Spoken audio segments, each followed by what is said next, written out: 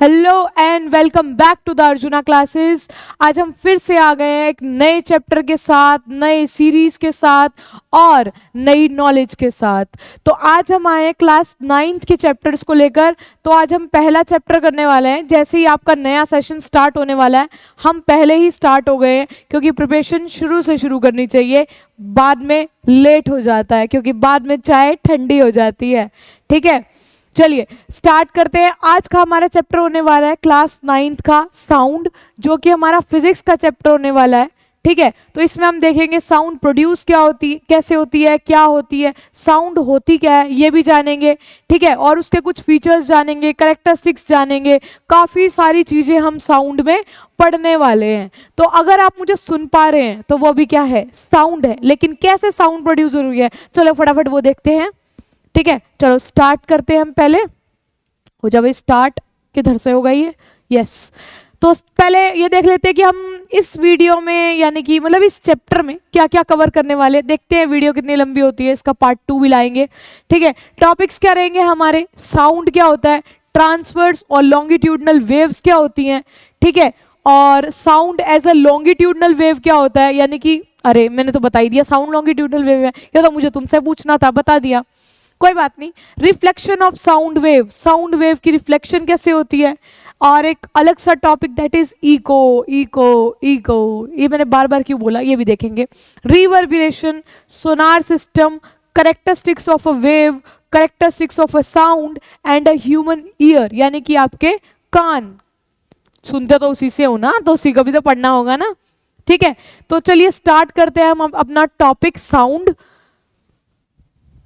तो हमारी first slide क्या कहती है, साउंड के बारे में कहती है। तो सबसे पहले आपको पता होना चाहिए साउंड होता क्या है। मैं अगर आवाज से बोल रही हूं, ठीक है, आवाज से ही बोलते हैं वैसे, ठीक है, आप मुझे सुन पा रहे हैं, वो क्या है, एक वॉइस है, आवाज है, साउंड है।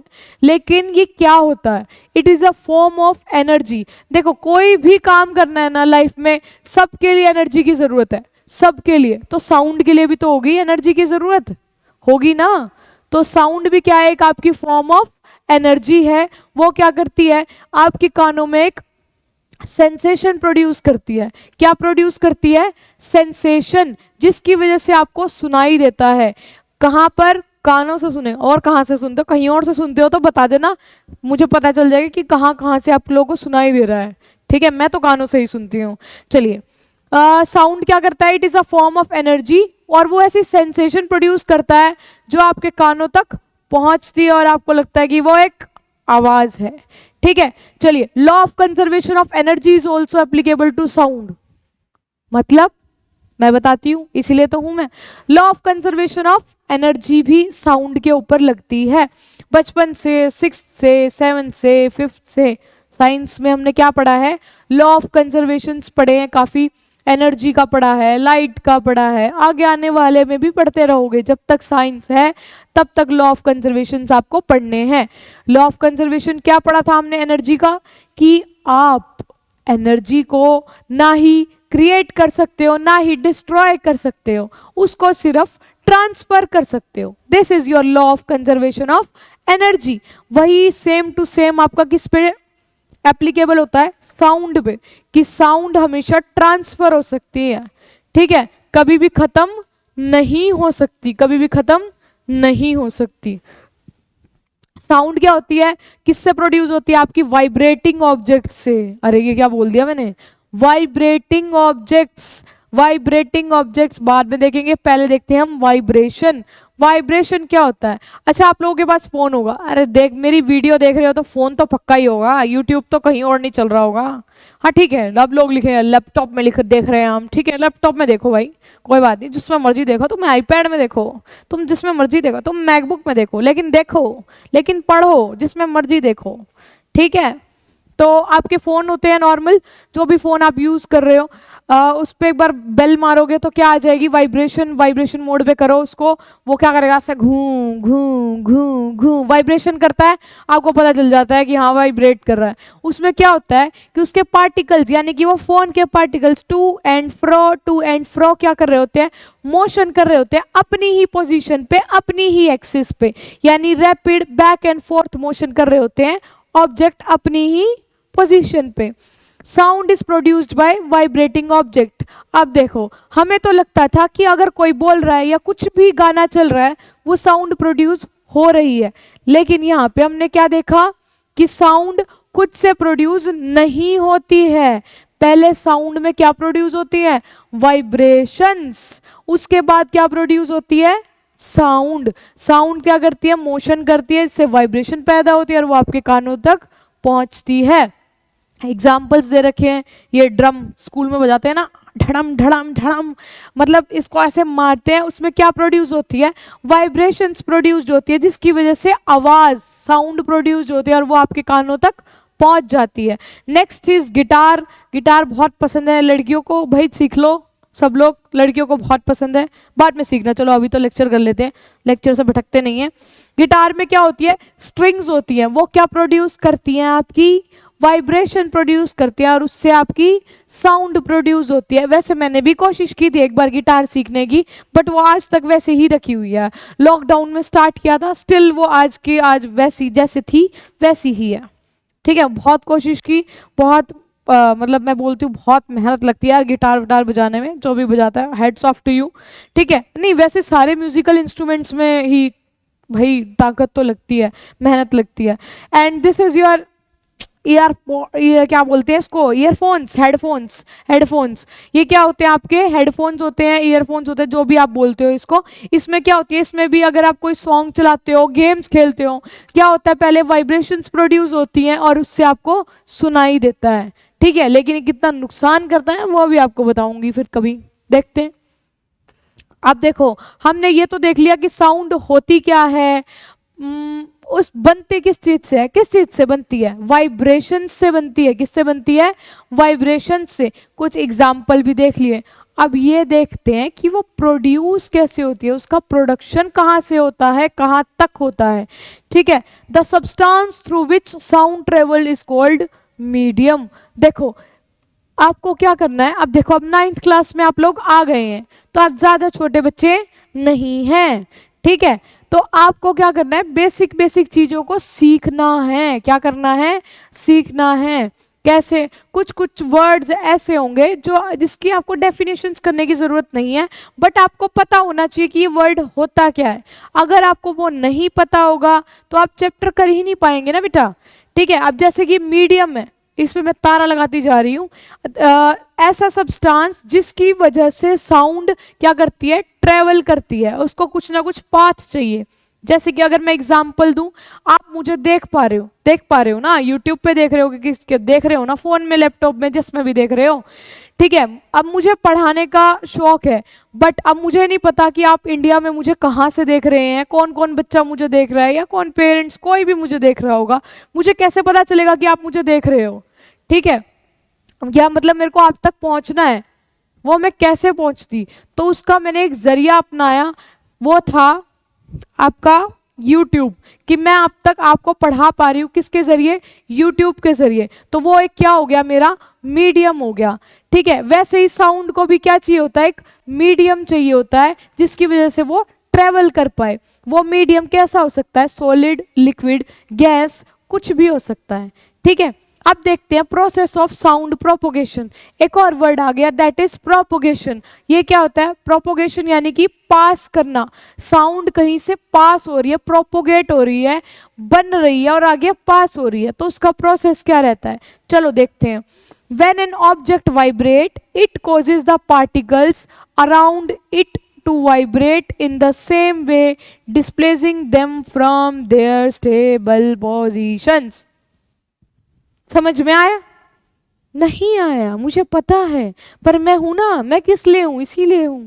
चलिए, भारी भरकम इंग्लिश नहीं बोली है, थोड़ी बोलिए, ज्यादा नहीं बोली है। देखो समझते हैं क्या है। व्हेन एन ऑब्जेक्ट वाइब्रेट, जब भी कोई ऑब्जेक्ट वाइब्रेट करता है, उसके अराउंड जो एयर पार्टिकल्स हैं वो भी वाइब्रेट करते हैं। कैसे? चलो एक एग्जांपल के साथ सिखाती हूँ। जैसे कि अब मैं बोल रही हूँ, ठीक है, एकदम से मैं चुप हो जाऊं, ठीक है, जैसे मैं चुप हूँ, वैसे मैं चुप रहती नहीं हूँ, चुप रह के कुछ मिलता नहीं है लाइफ में। ठीक है, मैं तो कभी चुप रहती नहीं हूँ, तो तुम भी मत रहना, मतलब थोड़ी देर के लिए तो रह सकते हैं। ठीक है, जैसे कि अब मैं चुप हूँ, वैसे मैं चुप नहीं हूँ, मतलब आप अपने ऊपर ट्राई करके देखो, वो बेटर होगा। जैसे कि अगर मैं अब कुछ नहीं बोल रही हूँ, बिल्कुल चुप हूँ, तो मेरे आगे के मतलब मेरे मुंह के आगे, मेरे फेस के आगे जितने भी एयर पार्टिकल्स है वो रेस्ट पे होंगे। चुप हो जाती हूँ, हो गए रेस्ट पार्टिकल। जैसे ही मैंने बोला हो गए, तो मैंने क्या प्रोड्यूस की, वाइब्रेशंस प्रोड्यूस की अपने माउथ से।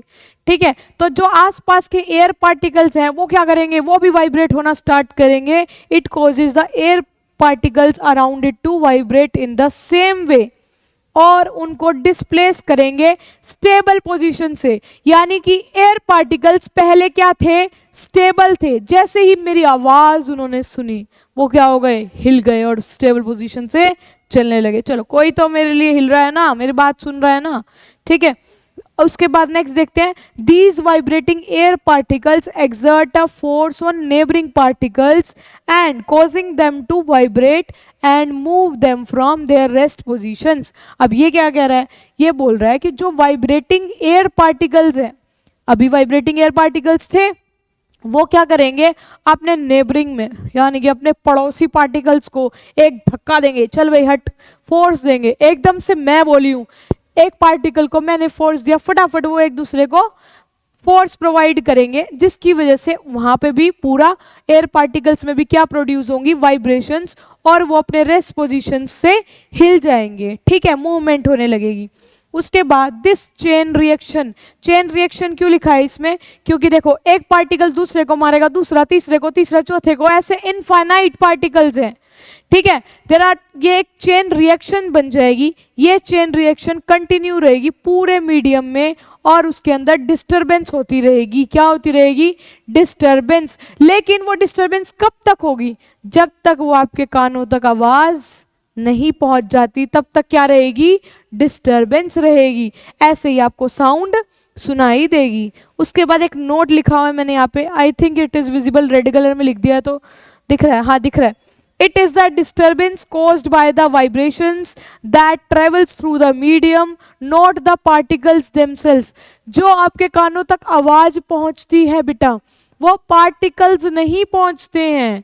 वो जो डिस्टरबेंस, जो आपस में वो लड़ते झगड़ते हैं, कोलिजन करते हैं, जो डिस्टरबेंस पैदा होती है, जो वाइब्रेशंस पैदा होती है, वो आप तक पहुंचती है, पार्टिकल्स नहीं पहुंचते हैं। कि भाई कानों में एयर पार्टिकल्स घुस रहे हैं और तुम्हें बता रहे हैं, जी मैम ना ये बोल रही है, निष्ठा मैम तो ये बता रही हैं।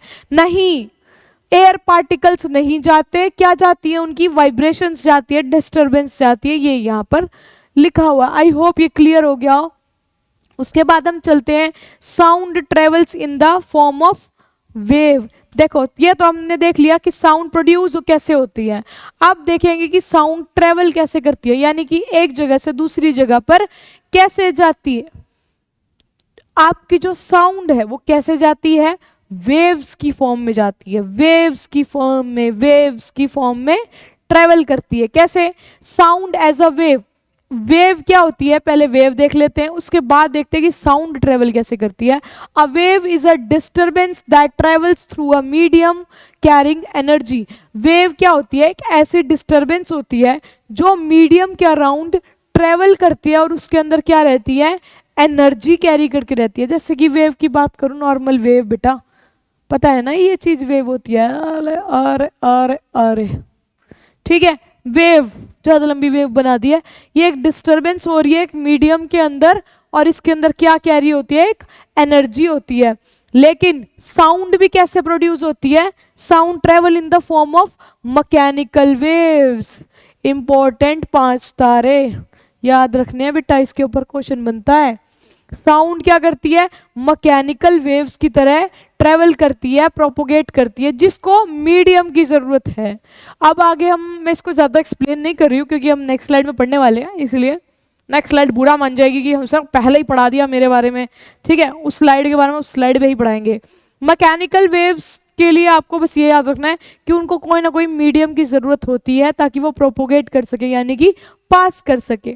उसके बाद देखते हैं, this mechanism allows sound to move efficiently, किससे, सॉलिड से, लिक्विड से, गैस से, जिसकी वजह से हम वाइब्रेशंस सुन पाते हैं। इस मैकेनिज्म की वजह से आप लोग सुन पाते हैं। देखो ये वेव बनी हुई है, टुडुंग टुडुंग, ये मैंने बोला जोर से, ये मैंने बोला धीरे, ठीक है, मतलब जैसे भी है।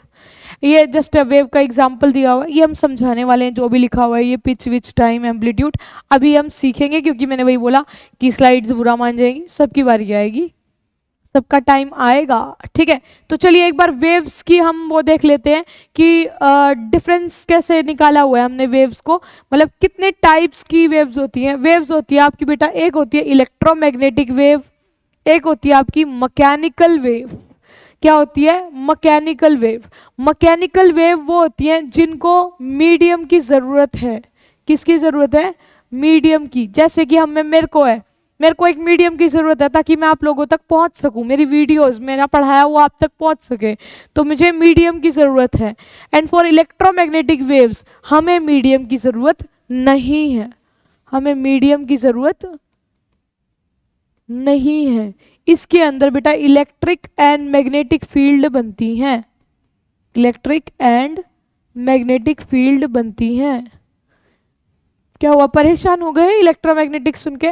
पर नहीं, इलेक्ट्रोमैग्नेटिक हमें इस चैप्टर में नहीं पढ़नी है, बस हमें पता होना चाहिए कि होती क्या है। इस पूरे चैप्टर में हम बात करने वाले हैं इसकी, किसकी? मैकेनिकल वेव्स की, क्योंकि साउंड क्या है? Mechanical wave. अब मैकेनिकल वेव के भी दो टाइप्स होते हैं, एक होती है आपका ट्रांसवर्स वेव, एक होती है आपकी लॉन्गिट्यूडनल वेव्स। दो तरीके की हमारी वेव्स होती हैं, अब इनके बारे में पढ़ेंगे। सबसे पहले देख लेते हैं मैकेनिकल और इलेक्ट्रोमैग्नेटिक वेव्स होती कैसी हैं। मैकेनिकल वेव्स होती हैं, अभी बताया, इनको मीडियम की जरूरत होती है। किसकी? मीडियम। इसको जरूरत नहीं होती। एग्जाम्पल की मैं बात करूं तो क्या होगा? साउंड वेव्स, अभी साउंड के बारे में पढ़ा, ठीक है, और इनको मीडियम की जरूरत नहीं होती, यानी कि लाइट की वेव्स, इनको किसी भी मीडियम की जरूरत नहीं होती, ठीक है, ये बिना मीडियम के भी चलेंगी, लाइट वेव्स। सॉरी। और देखिए, can not travel through a vacuum. Vacuum का मतलब क्या होता है बेटा? यहाँ पे वैक्यूम मतलब जहां पे एयर नहीं है उसको आप बोलते हो वैक्यूम, जहां पे एयर नहीं है, ये याद रखना है, ठीक है। फिजिक्स में जब भी आप वैक्यूम वर्ड सुनेंगे तो क्या मतलब है उसका? जहां पे एयर नहीं है, जहां ऑक्सीजन पार्टिकल्स नहीं है, ऑक्सीजन गैस नहीं है, एयर पार्टिकल्स नहीं है, वहां पे क्या है? वैक्यूम, ठीक है। Can not travel through a vacuum, ये वैक्यूम से ट्रेवल नहीं कर सकती, यानी कि इसको हवा की जरूरत है, इसको एयर की जरूरत है, लेकिन ये वैक्यूम से पास कर सकती है। इसको कोई मतलब नहीं है हवा है नहीं है, इसको मतलब है मुझे पास होना है, मुझे तो आगे जाना है, ठीक है। तो देखेंगे इनका डायग्राम अगर हम देखने चाहिए तो कैसे होती है। मैकेनिकल वेव देखो ये जा रही है, ठीक है। अगर मैं यहाँ इलेक्ट्रोमैग्नेटिक की बात करूं तो देखो ये कैसे जा रही है। मैंने अभी बताया था कि ये दो फील्ड लाइंस बनाती हैं, एक बनाती है मैग्नेटिक फील्ड, एक बनाती है इलेक्ट्रिक फील्ड। ये जो येलो वाली हैं आपकी, ये क्या है? इलेक्ट्रिक फील्ड, और ये एक्चुअली ऐसे जाती हैं, ठीक है। अगर इलेक्ट्रिक फील्ड ऐसे है तो मैग्नेटिक फील्ड ऐसे हो गया। अरे एक साथ तो होता ही नहीं है, ये हो गया ऐसे, ठीक है। ये आप क्लास 11th में पढ़ने वाले हैं, ये आप क्लास 11th में पढ़ने वाले हैं। बहुत बड़े बड़े चैप्टर आएंगे इसके ऊपर, इलेक्ट्रोमैग्नेटिक वेव के ऊपर 12th में, आई थिंक, सॉरी 12th में आने वाले हैं। इलेक्ट्रोमैग्नेटिक वेव के ऊपर हम काफ़ी सारी चीज़ें डिस्कस करने वाले हैं। आगे अभी तो आप 9th में, अभी तो आप छोटे छोटे नन्हे मुन्ने बच्चे हैं, तो आपके लिए दोनों का डिफरेंस ही करना है, इसके अलावा आपको इलेक्ट्रोमैग्नेटिक को नहीं समझना है, ठीक है। उसके बाद हम चलते हैं ट्रांसवर्स एंड लॉन्गिट्यूडनल वेव्स के ऊपर। अब ये क्या होती है? मोस्ट इंपॉर्टेंट, आपको सबका डिफरेंस याद करना है। क्लास 9th में एक प्रो टिप हमेशा याद रखना कि आपको वो चीज़ें याद करनी है जो एग्जाम में हमेशा पूछी जाती है, वो तो छोड़ के ही नहीं जानी। तो उनका पहली चीज़ मैं हमेशा बोलती हूँ कि कोई भी किसी भी चीज़ का डिफरेंस है, कोई भी फिजिक्स का हो, केमिस्ट्री का हो, बायो का हो और अर्थ साइंस का हो, समझ रहे हैं शायद आप अर्थ साइंस क्यों बोला मैंने, क्योंकि वो ऐड होने वाली है। किसी का भी डिफरेंस हो, आपको डिफरेंस छोड़कर नहीं जाना है कभी पेपर में। तो एक बार ट्रांसवर्स वेव्स देख लेते हैं। Particles oscillate perpendicular to the direction of wave propagation, और ये आपकी जाती है पैरेलल। इसके बाद कोई वो है क्या? नहीं। तो एक अब हम एक बार एक शीट ऐड कर लेते हैं यहाँ पे, ठीक है। एक बार एक शीट यहाँ पे हम ऐड कर लेते हैं जिससे मैं समझा पाऊँ। कि क्या होता है। ठीक है, चलो यही समझ लेते हैं एक बार हम। ठीक है, जिससे मैं समझा पाऊँ ये होता क्या है। कोई कलर ले लेते हैं एक बार हम, ग्रीन ही ले लेते हैं। देखो ये कह रहा है particles oscillate perpendicular to the direction of wave propagation. ये क्या मतलब है इसका, कि अगर मैं किसको समझाना चाहूँ, ट्रांसवर्स को, ट्रांसवर्स को मैं समझाना चाह रही हूँ। कोई और कलर ले लें हम, कौन सा कलर लेंगे इसके ऊपर, कोई भी चलेगा वैसे। ट्रांसवर्स वेव्स को अगर हम समझाना चाह रहे हैं, ट्रांसवर्स वेव्स, इसका क्या मतलब है कि अगर जिस डायरेक्शन में आपकी वेव जा रही है, जिस डायरेक्शन में आपकी वेव जा रही है, पार्टिकल कैसा जाएगा उसके, पार्टिकल उसके परपेंडिकुलर ऑसिलेट करेगा। पार्टिकल उसके परपेंडिकुलर यानी कि ऐसे ऑसिलेट करेगा। परपेंडिकुलर का मतलब जानते हैं ना आप लोग, 90 डिग्री होता है। क्या होता है, 90 डिग्री होता है। ठीक है, एक बार मैं दोबारा बता देती हूँ, इसका ना कलर ही चेंज कर देते हैं हम लोग यहाँ पे। चलो इसी को ही ना हम लोग कॉपी कर लेते हैं यहाँ से। ब्लैक कलर चाहिए था मुझे, मिल नहीं रहा वो। हाँ ये अभी एक्चुअली ऑन नहीं हो रही है एडिटिंग के लिए, इसीलिए। चलो कोई बात नहीं, मतलब मैं क्या समझाना चाह रही हूँ,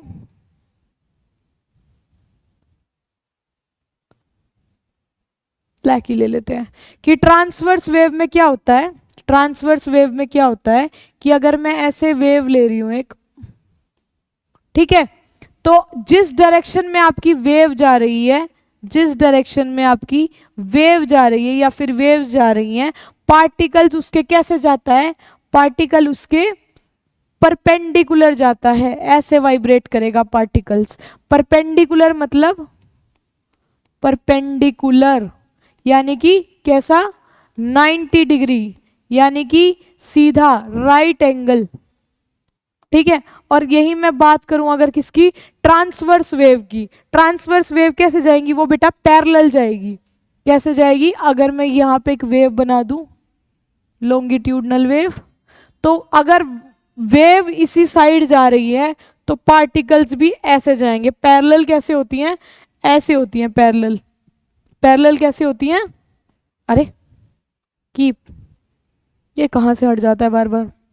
पैरेलल कैसे होती है हमारी, ऐसे होती हैं, यूं, जो कभी मीट नहीं करती, तो आपका पार्टिकल्स ऐसे जाएंगे।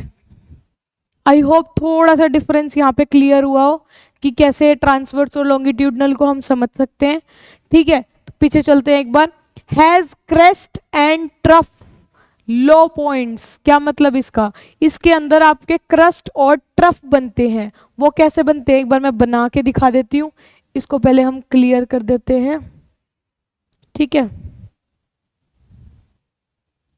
इसको हम एक बार इरेज कर देते हैं। इरेज भी नहीं हो रहा है, बताओ।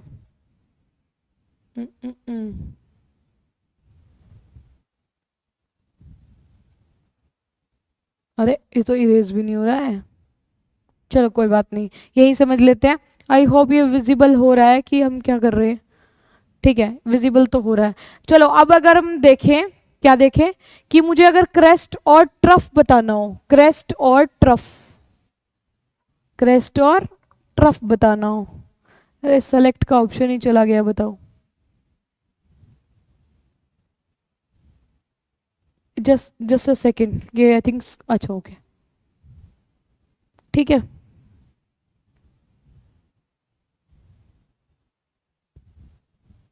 ये एक मैं क्लियर कर दूं, एक second, sorry if a problem is getting over, no. इसको हम क्लियर कर देते हैं एक बार, मैं दोबारा से समझा देती हूँ इसको।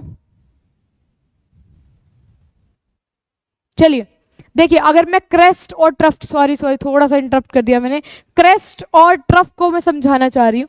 जैसे कि बेटा ये वेव है आपकी, कोई भी वेव बन रही है, ये वेव बन रही है। पहली बात तो अगर मैं ऐसी कोई वेव बना रही हूँ, तो जो यहाँ से लेकर यहाँ तक होगी, ये बेटा आपकी क्या होगी, एक वेव होगी। क्या होगी, एक वेव होगी सिर्फ। ये जो ऊपर वाला हिस्सा आपका होगा इसको आप बोलोगे क्रेस्ट। क्या बोलोगे? क्रेस्ट। जो नीचे वाले हिस्से होंगे इसको आप क्या बोलोगे? ट्रफ। इसको हम बोलेंगे ट्रफ। ठीक है, इसको हम बोलेंगे ट्रफ। इसको इरेज कर देती हूँ एक बार यहाँ से। ये तो इरेज भी नहीं हो रहा, ये कह रहा है मैं तो सेव हो गया हूँ। अब हमारा वाला इरेज हो रहा है, बस ये इरेज नहीं हो रहा। चलो कोई बात नहीं, हमें करना ही नहीं है तुझे इरेज। ये जो नीचे वाले पोर्शंस होते हैं ना बेटा, इसको हम बोलते हैं ट्रफ, और जो ऊपर वाले पोर्शंस होते हैं इसको हम बोलते हैं क्रेस्ट। इनका दूसरा नाम भी होता है। क्रेस्ट को हम बोलते हैं कंप्रेशन, ट्रफ को हम बोलते हैं रेयरफेक्शन। इसको हम बोलते हैं रेयरफेक्शन। रेयरफेक्शन, ठीक है। लेकिन जो क्रेस्ट होता है इसको हम क्या बोलते हैं? कंप्रेशन। ठीक है, तो हमारा डिफरेंस क्या कह रहा था? Has crest and trough. देखो हाई पॉइंट क्रेस्ट था हमारे पास, ट्रफ भी था। लेकिन अगर लॉन्गिट्यूडनल में बात करेंगे तो हम उसको बोलेंगे कंप्रेशन और रेयरफेक्शन। अगर मैं बात कर रही हूं ट्रांसवर्स की तो मैं बात करूंगी क्रेस्ट और ट्रफ की। ठीक है, नेम सेम है लेकिन दोनों में नाम अलग अलग रखे हैं इन्होंने। लॉन्गिट्यूडनल में उसको हम बोलेंगे कंप्रेशन और दूसरे को बोलेंगे रेयरफेक्शन। कंप्रेशन यानी कि जहां प्रेशर हाई है, रेयरफेक्शन मतलब प्रेशर लो है। एग्जाम्पल्स क्या है ट्रांसवर्स वेव की? Light waves, water waves, string के अंदर वेव्स आ रही हैं, इसकी रहेंगी आपकी साउंड वेव्स। ठीक है, सिस्मिक पी वेव्स, ये सब रहेंगी। Can travel without a medium, ये मैंने आपको बता दिया था, इसको मीडियम की जरूरत नहीं है। यानी कि लाइट इन स्पेस, स्पेस में कोई मीडियम होता है क्या? उधर पानी हवा वानी कुछ है क्या? उसको जरूरत है? नहीं है, इसलिए वो ट्रेवल कर सकती है।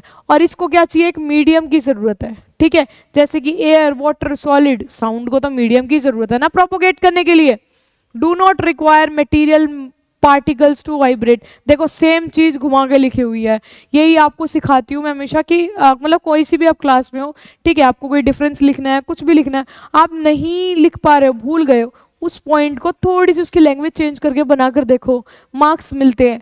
Do not require material medium particles to vibrate. इनको कोई मटेरियल नहीं चाहिए जिसमें पार्टिकल्स वाइब्रेट कर सके, और इनको क्या चाहिए? मीडियम चाहिए। ठीक है, ये थोड़ा सा ऊपर नीचे हो गया आई थिंक, नहीं सेम है। ठीक है, मैकेनिकल इन नेचर, इनका नेचर कैसा होता है? मैकेनिकल, और इनको वाइब्रेशन चाहिए मीडियम ऑफ पार्टिकल्स को वाइब्रेट करने के लिए।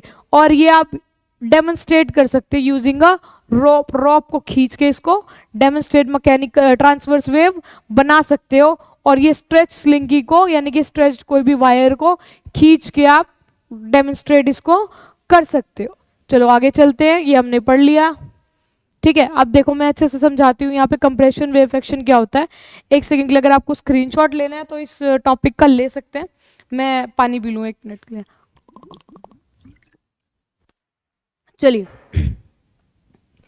थोड़ा सा मौसम भी ऐसा है जिसमें आप लोगों की तबीयत भी बहुत ख़राब रह रही है। आई थिंक मेरी भी है, सबकी है, तो थोड़ा सा ध्यान भी रखना है इस मौसम में।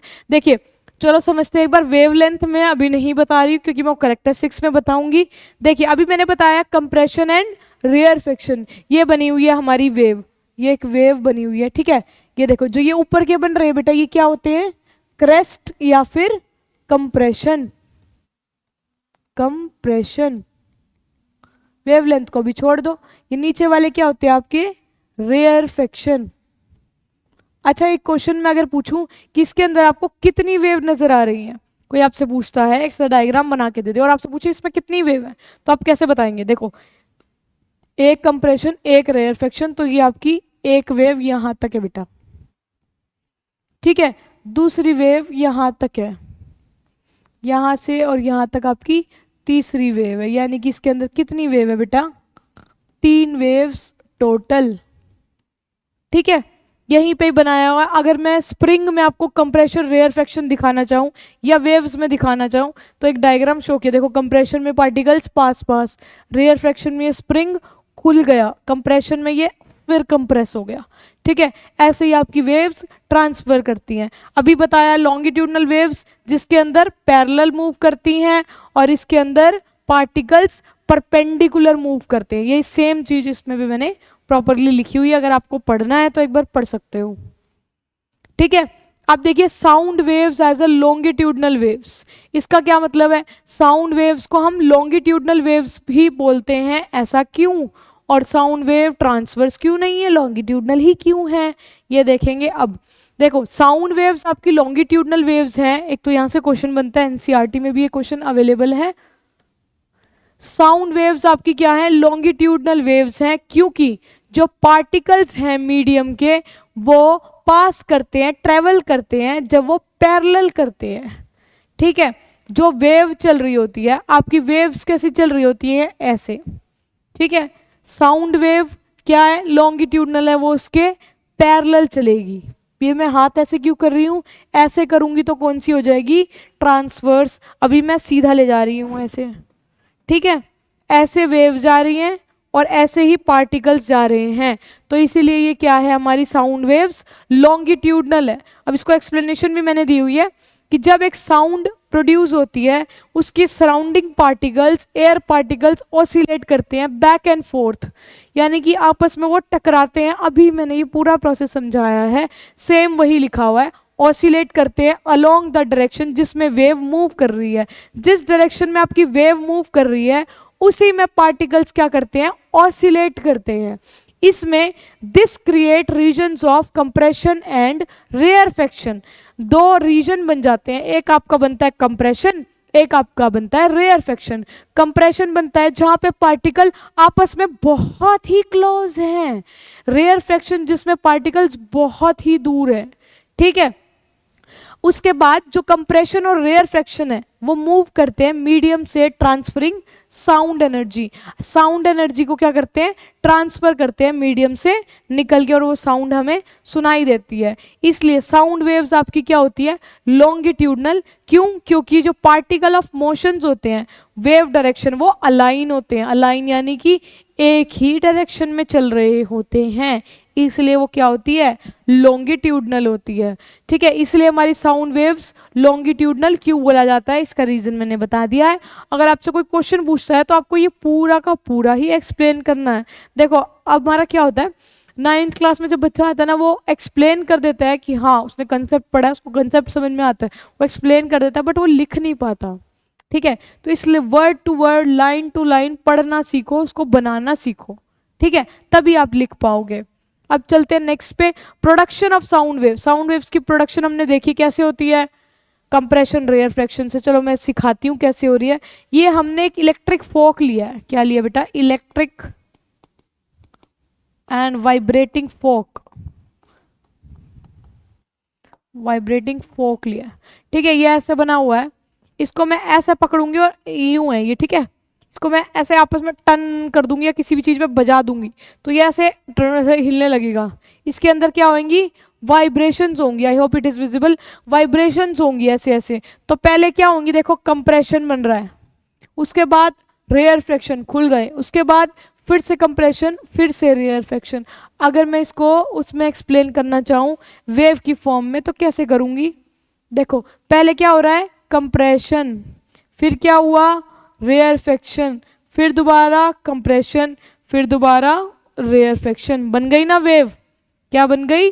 वेव बन गई। तो ये सीरीज बनाती है वाइब्रेटिंग ऑब्जेक्ट, किसका? कंप्रेशन और रेयरफेक्शन का मिक्स करके। उसके बाद देखते हैं एक छोटी सी एक्टिविटी आपकी एनसीईआरटी में जो बहुत इंपॉर्टेंट है और एक क्वेश्चन के रूप में आती है। रूप में, वाह रूप में, ये दिख ही नहीं रहा है ये कलर। एनसीईआरटी में आपकी एक्टिविटी ये विजिबल है जो पेपर में डायरेक्टली पूछी जाती है या फिर इसको एक क्वेश्चन बना के दे देते हैं, उसके टाइप में ये पूछा जाता है। That is sound needs medium to travel. अब अगर मैं कुछ बोल रही हूँ या साउंड कोई कहीं से भी साउंड प्रोड्यूस हो रही है, उसके लिए क्या ज़रूरत है? एक मीडियम की ज़रूरत है, जो हम पहले ही पढ़ चुके हैं कि मीडियम क्या होता है। तो अब उसको मैं एक एक्सपेरिमेंट यानी एक एक्टिविटी के थ्रू समझाना हो तो कैसे समझाएंगे? देखो एक्सपेरिमेंट है आपका साउंड और एयर मीडियम का। आपने सेटअप लेना है यानी कि अपरेटस लेना है। किस किस का? एक इलेक्ट्रिक बेल ले लो। किसको रखना है? उसको किस में रखना है? एयर टाइट ग्लास एक बेल जार में रख लो। ये एक एयर टाइट बेल जार ले लो, इसके अंदर रख लो, एयर टाइट यानी कि उसमें से एयर पास नहीं होनी चाहिए, ना ही हवा आनी चाहिए ना ही जानी चाहिए, एयर टाइट होना चाहिए। जिसके साथ एक वैक्यूम पंप लगा दिया। आ गया ना वर्ड वैक्यूम। अभी हमने सीखा था वैक्यूम क्या था, जिसके अंदर बिल्कुल भी एयर पास नहीं होती, यानी कि एयर होती ही नहीं है उसके अंदर, तो एक वैक्यूम पंप लगा दिया है। ये डायग्राम भी आपको करके आना है साथ साथ, डायग्राम भी बहुत इंपॉर्टेंट है। क्या है, एक बेल जार लगा दिया, देखो ये कॉर्क लगा दिया है, बाहर से बेल जार है, ये आपकी बेल लगी हुई है एक बाहर, ये क्या लगा दिया हमने, एक इलेक्ट्रॉनिक कनेक्शन लगा दिया इसके साथ, और नीचे वैक्यूम पंप लगा दिया, यानी कि जो हल्की फुल्की थोड़ी सी भी एयर बची है उसको भी हम बाहर खींच लाएंगे वैक्यूम पंप से। ठीक है, बेल जार एक्सपेरिमेंट बोलते हैं, जिसका मतलब है साउंड ट्रेवल नहीं कर सकती या कर सकती है, ये आपको बताना है। ऑब्जर्वेशन क्या होगी, देखो ये इलेक्ट्रिकल कनेक्शन से ना इसको कनेक्ट कर रखा है, और मैंने यहाँ से दबाया स्विच, ठीक है इधर से दबाऊंगी, अगर मैंने यहाँ से दबाया स्विच, ये बेल क्या करेगी, रिंग करेगी या नहीं, ये हमने देखना है। हमने अब क्या किया, यहाँ से स्विच दबाया, अब देखो बेल रिंग करेगी और sound is heard when air is present. जब तक उसके अंदर हवा है तब तक वो बेल जो सी भी वॉइस वो करती है, ठीक है, क्या जैसी भी लगा रखी हो तुम लोगों ने, उसके अंदर एयर क्या होगी, जब तक प्रेजेंट होगी तब तक वो रिंग करेगी। लेकिन as air is gradually removed using the vacuum pump, जैसे जैसे मैं यहाँ से वैक्यूम पंप से हवा निकालती जाऊंगी तो आवाज़ आपकी धीरे धीरे धीरे धीरे कम होती जाएगी। जब मोस्ट एयर रिमूव हो जाएगी, यानी कि 90% एयर आपकी क्या हो जाएगी, रिमूव हो जाएगी, तो साउंड बिल्कुल ही कम सुनाई देगी, बिल्कुल ही कम।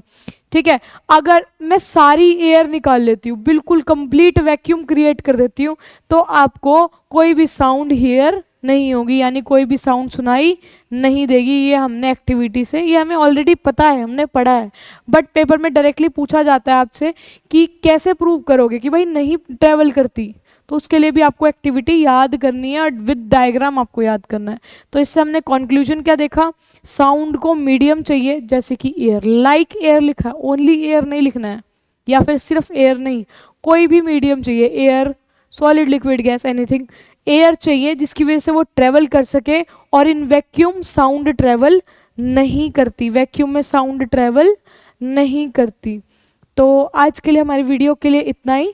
हम नेक्स्ट पार्ट में कुछ कैरेक्टरिस्टिक्स पढ़ने वाले हैं साउंड वेव की, और काफ़ी सारी चीज़ें हम उसके अंदर सीखने वाले हैं कि एम्पलीट्यूड क्या होता है, फ्रीक्वेंसी क्या होती है, वेव के बारे में, और हम कुछ क्वेश्चंस करेंगे एनसीईआरटी के भी, और जो एग्ज़ाम में काफ़ी रिपीटेड पूछे जाते हैं। So thank you for this video.